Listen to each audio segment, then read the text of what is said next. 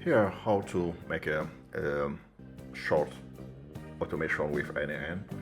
Here you can scan any kind of document, like letters, invoice, and so on. You can print that or scan with your scanner.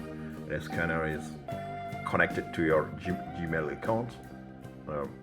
The n8n screen your Gmail account and screen the email from the email you set up here on the scanner, and it takes the document which is scanned in PDF.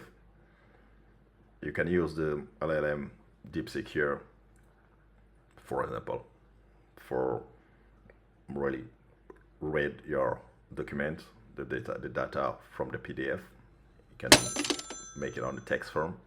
The data will be structured and sent to an Excel sheet. Once per week or per every 2 days, well, some days, you can check the Excel sheet, what you already provide with some data.